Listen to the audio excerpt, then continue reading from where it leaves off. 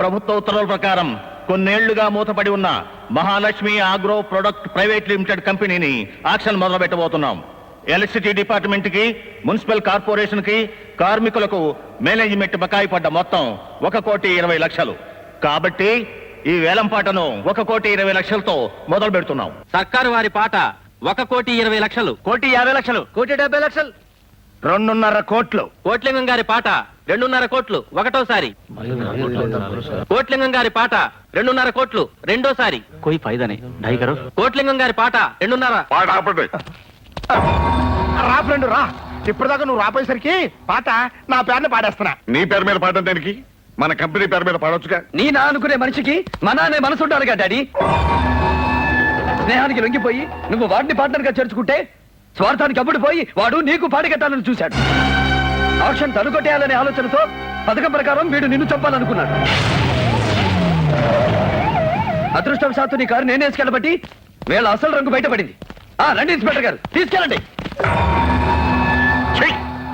నా డబ్బు తింటే బాధపడేవాడిని కాదు, నా ఆస్తికి నష్టం తెస్తే పట్టించుకునేవాడిని కాదు. నమ్మకంగా ఉంటూ నాకే ద్రోహం తలపెడతావా? తింటానికి లేదు, ఇంత అన్నం పెట్టమని ఏడిస్తే మన పాత స్నేహాన్ని గుర్తు పెట్టుకుని నిన్ను నా పార్ట్నర్ గా చేసుకున్నాను రా. ఒంటి నిండా రోగాలు పెట్టుకుని ఒక్కరోజు కూడా ఫ్యాక్టరీకి రాకపోయినా లాభాల్లో వాటాలు పంపాను రా. అలాంటిది నన్ను చంపాలని చూస్తావురా? ఈ క్షణం నుంచి నీకు ఈ ఫ్యాక్టరీకి ఏ సంబంధం లేదు. అదేంటి సార్, ఇలాంటి వాడిని అంత తేలిక వదిలిపెడితే ఎలా?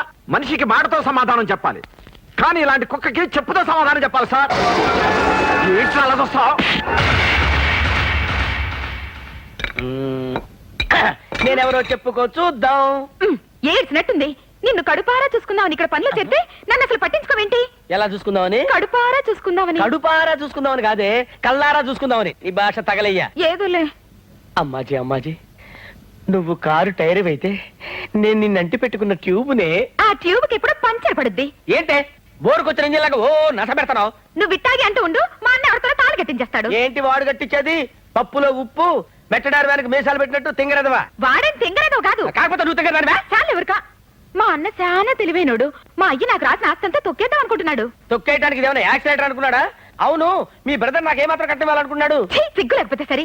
కట్నం అంటే కట్నం. నన్ను చేసుకున్నాడు, ఎదురు కట్నం ఇవ్వాలని మా అన్న రూల్ ఎట్టాడు తెలుసా? ఏంటి, నిన్ను చేసుకోవడానికి ఎదురు కట్నం ఇవ్వాలా? మీ అన్నని బోల్తా కొట్టించి టింకరింగ్ చేయించి 10 పైసలు కట్నం ఇవ్వకుండా నిన్ను చేసుకోకపోతే నా పేరు అప్పాజే కాదు. మాటలు కాదు, చేతలు కావాలా? రోగాల పొట్టు ఎక్కడున్నాడో ఏమో. అయ్యగారా అయ్యగారు అయ్యగారు, ఆ పై జానడు కూడా పూర్తి చేస్తే శ్మశానం సెట్ అయిపోయి. నోటికొచ్చినట్టు కుయిపోక. ఇది రక్తపోటు తగ్గడానికి రా. ఏం ఫోటోనండి, మా పేదోళ్ళు ఇంత తినటానికి ఎన్నో అవస్థలు పడతారు, మీ పెద్దోళ్ళు ఏమో తిన్న జరగటానికి ఇన్ని పాటలు పడతారు.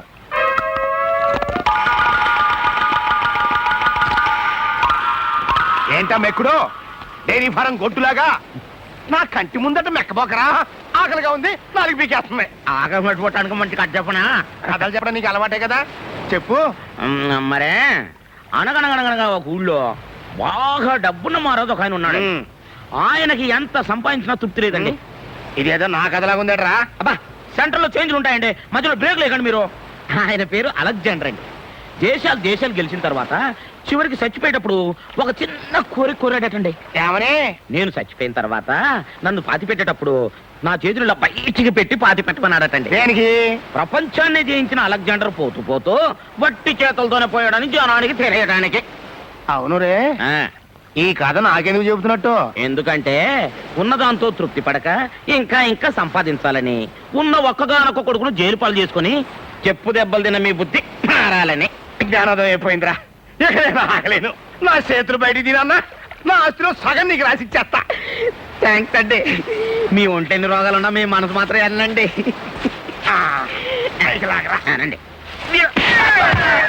ఎందుకంటే కొట్టారు? నాకు ఎంత స్టోరీ చెప్పి ఆస్తిలో సగం ఇస్తాననగానే అంటే మీద పడతావా కుక్కలాగా? నిన్ను చెప్పు దెబ్బలు తిని ఉప్పు చేపల పడి ఉంటాను అనుకున్నావా? చూస్తా ఉండరా, ఈ గోతులో ఉండే వాళ్ళకి గోతులు తవ్వుతా.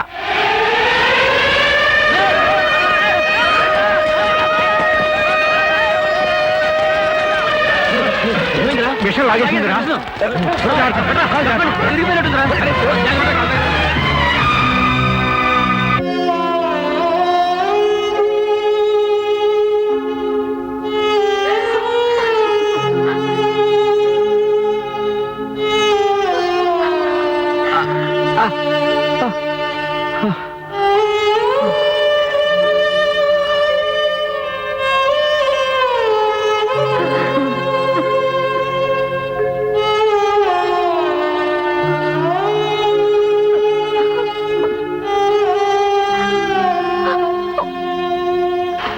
బాబు నా బొమ్మకి ఇస్తావా? ఇస్తానన్న. మరి నా కాలు రంగారావణ, ఫ్యాక్టరీ రూల్స్ ప్రకారం నీ ఉద్యోగం మీ అబ్బాయికి ఇస్తారంట. మరి అబ్బాయి చదువు పర్వాలేదమ్మా. ఏ తండ్రి అయినా తన కొడుక్కి చదువు మాత్రమే చెప్పించగలడు, కానీ నాన్న నాకు ఉద్యోగం కూడా ఇప్పించాడు. ఆ రెండో టేబుల్ కాఫీ ఎవరా? ఏం కావాలి బాబు? ఓ మినపట్టు పడరా. నిలబట్టలేదు. లేదా అప్పుడే పడమేంటి? నువ్వు వస్తావు మేము కలగన్నామంటాయా? పిండి అయిపోయింది. చపాతీ కావాలా? సరే పడరా. సింగిల్ చపాతీ. కప్పు మీద పెంకులు దిక్కులేదు కానీ బోర్డు మాత్రం షోక్గా పెట్టాడు.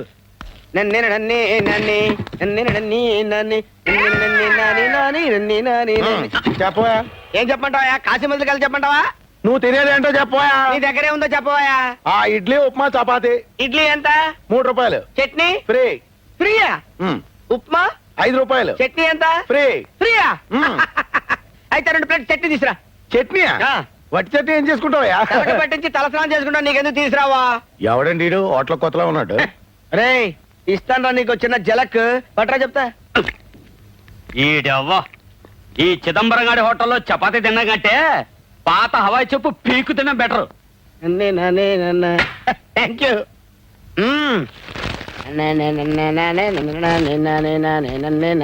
జబరొట్టి చట్నీ తింటే హ్యాపీ హ్యాపీ హ్యాపీ. ఏం చేసుకుంటారు ఏడికి ఎందుకు?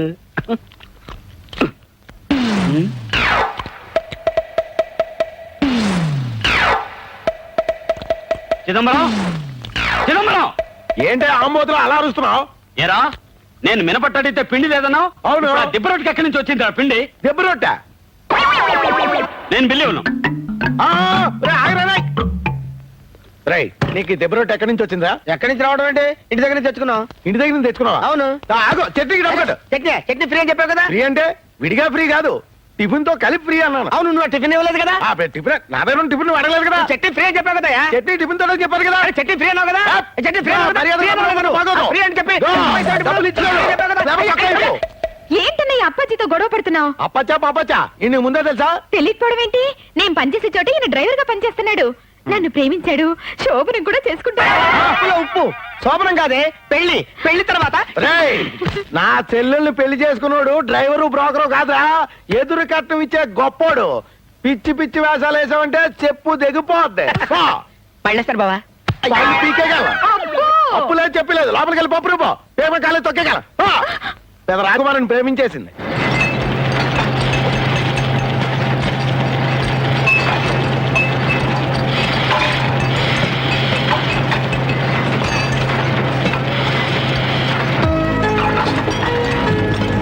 భాస్కర్,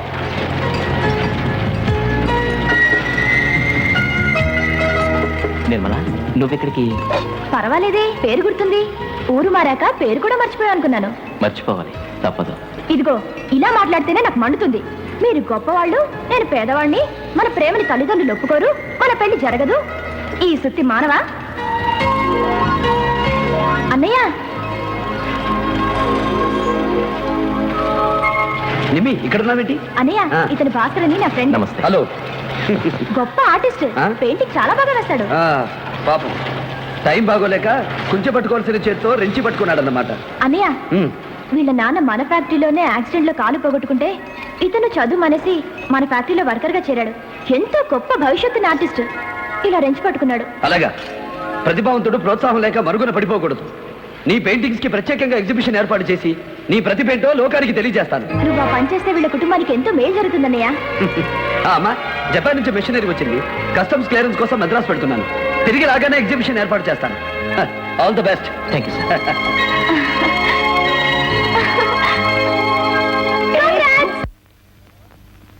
గిరిబాబు, గిరి చిన్నబాబు,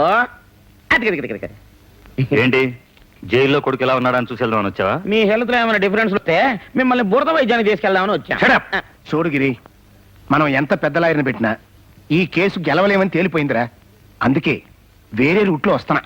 నాకెందుకో మీరు ఆ ప్రకృతి ఆశ్రమంలోను బాబీ జైల్లోనూ ఉంటే ప్రశాంతంగా ఉంటుందేమో అనిపిస్తుందండి. ఏయ్ గిరి, అన్సీజన్లో పుట్టిన ఎదవా ఆడి మాటలు పట్టించుకుంటావురా. చూడు, నిన్నీ స్థితికి తీసుకొచ్చిన చక్రపాణి గాన్ని అంత తేలిగ్గా వదిలిపెట్టను రా. నాకు కొడుకు దూరమైనట్టే ఆడికి దూరం చేస్తా. నేను ఫ్యాక్టరీకి దూరమైనట్టే అన్ని దూరం చేస్తా. ఈ కోటిలింగంతో ఎందుకు పెట్టుకున్నాను రా లింగాని, వాడు జీవితాంతం కుదిరిపోయేట్టుగా చేస్తా.